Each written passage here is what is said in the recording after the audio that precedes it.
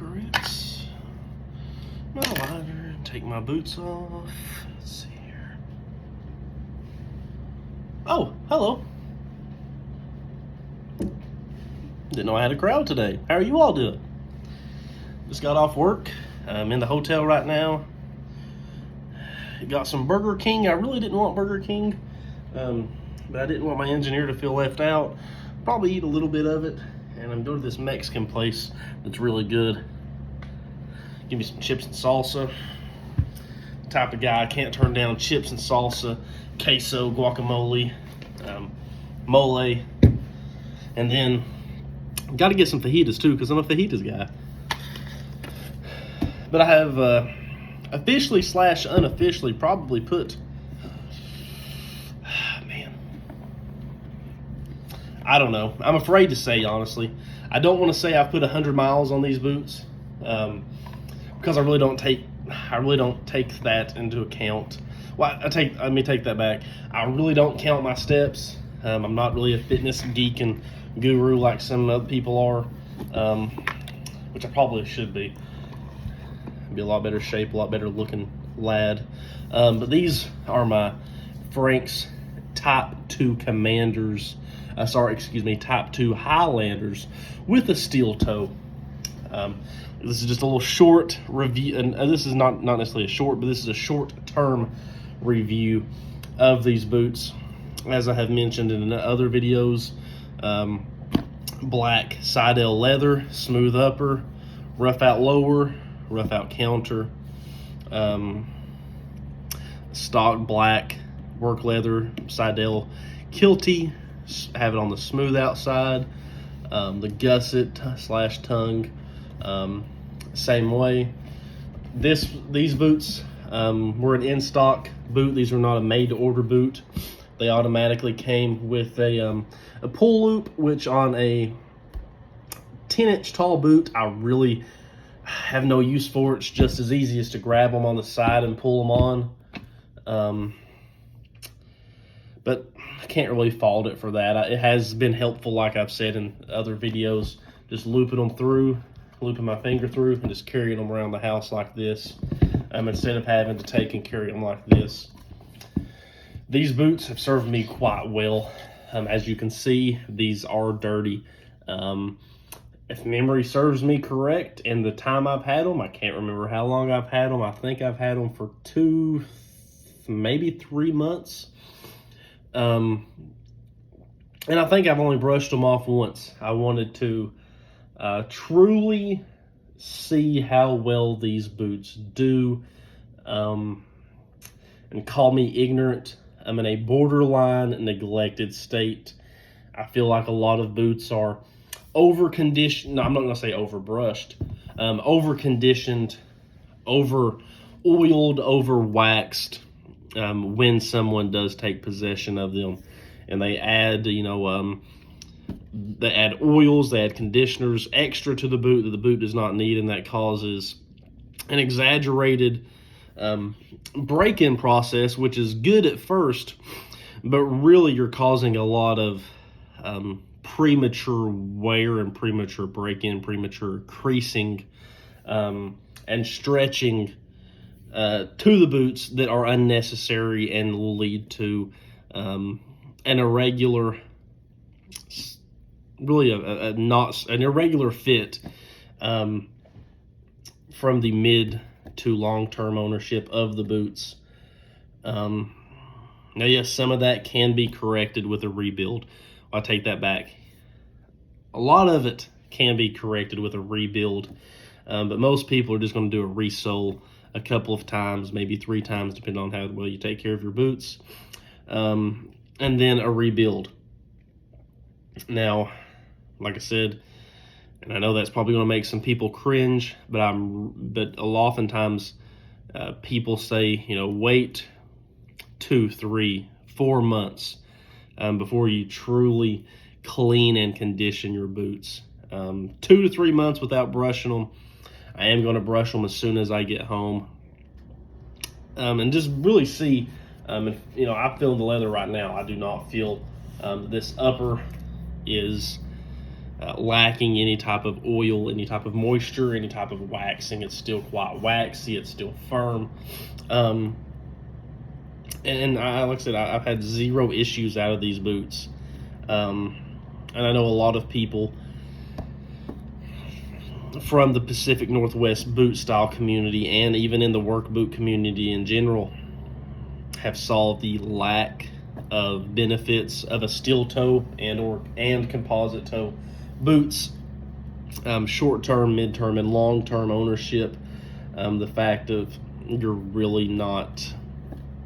you are protecting the toe, but 99.9% of the time you do not need a steel toe or composite toe. Now I understand that 0.01% of the time you do need it, but oftentimes what's going to happen, especially with a steel toe, is it's just going to cause a vice on your feet. It's probably going to cause it to stab and to slice into your foot, rather than protect it. Now, don't get me wrong, depending on how heavy of something you drop on there, etc., etc.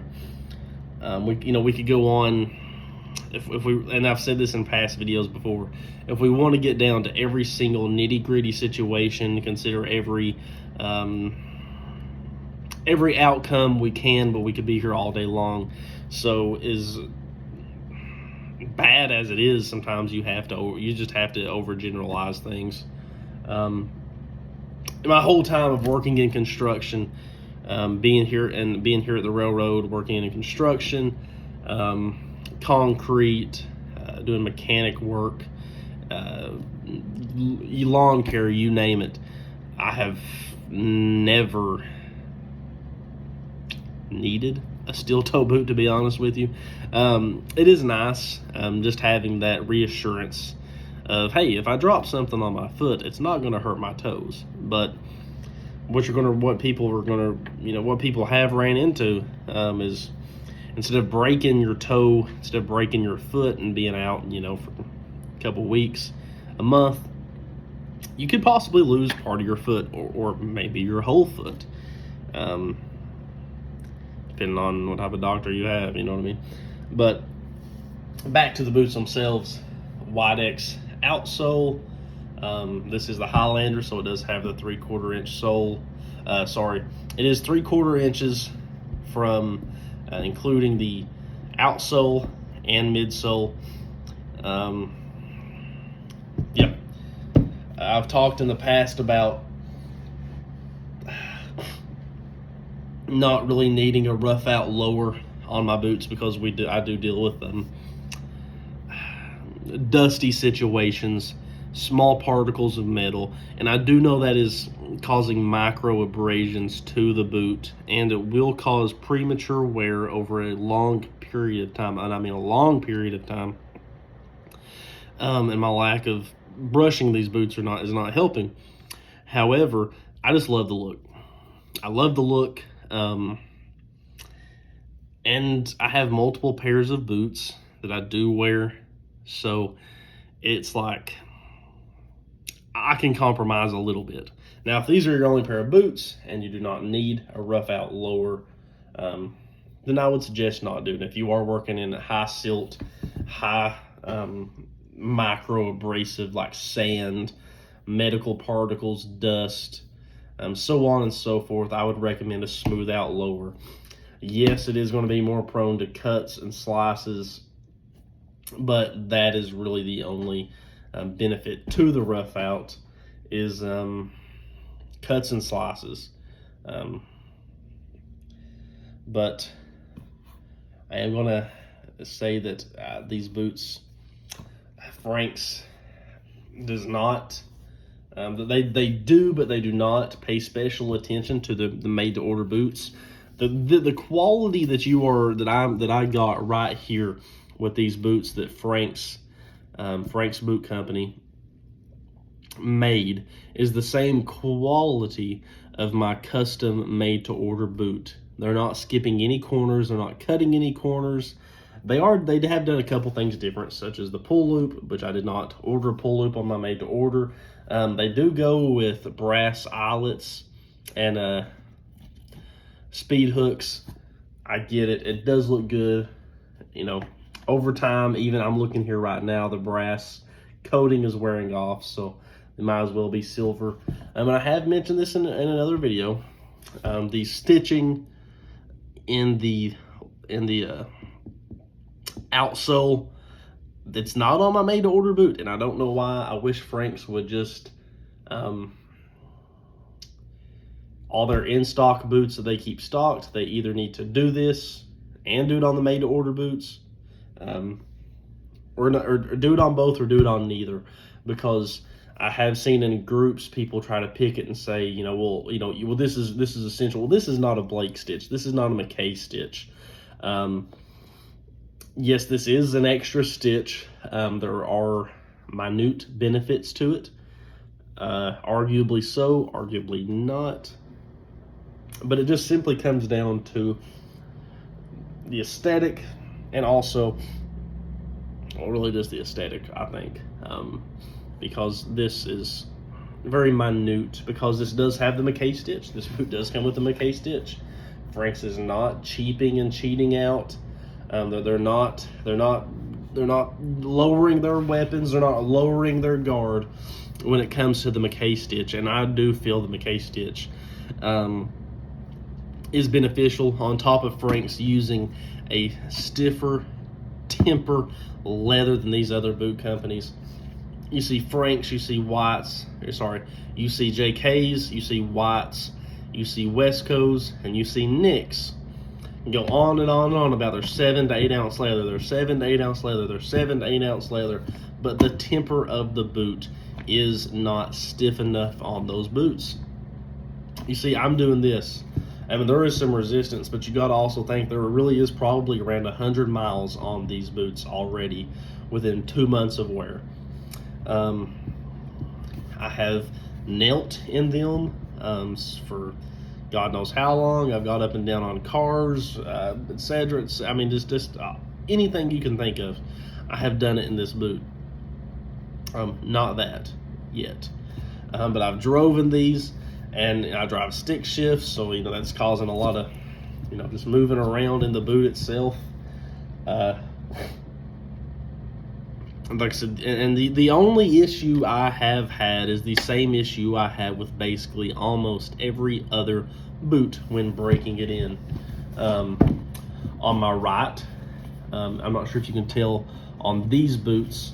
I can, because when I wear them, but my right shin right through here always has a little bit of an issue of boots causing a slight blister, and then right here on my big toe, a slight blister there. But that has been on so many boots. It's simply because I could probably go with a 9.5 double E on my left foot, but I'm willing to put up with a blister for a day rather than spending another $50-ish on another pair of boots. They're shorter on this side, and then hopefully no one would ever notice that it's shorter on the left side, which would be embarrassing, to me at least. And the 3-1-2 lace method helps as well for a little bit, but these don't smell. These boots do not smell. They don't have a smell to them. But my short-term video and my short-term review, I will be doing a long-term review on these sometime in the future. I'm definitely going to be doing a long-term review on the Frank's Patriots, a long-term review on the JKOT Pros, a mid-term review on the on my Frank's Type 2 Highlanders with the rough out mocha bottoms and the black uppers with white stitching and antique hooks, the ones that has the honey vibram soles and the natural finishes. And then within the next couple months, I should be getting another pair of Frank's boots. And then probably before the year is out, I will have another pair. So I have 2 more coming. I have some boot ideas flowing around inside my head. I really hope to do some things. I have a couple of different ideas on leathers and different types of builds I would like to do for boots. gonna have to wait for a next video. I'll probably just make a whole other video about it, just to put out some sort of content. So hope everyone has a good day.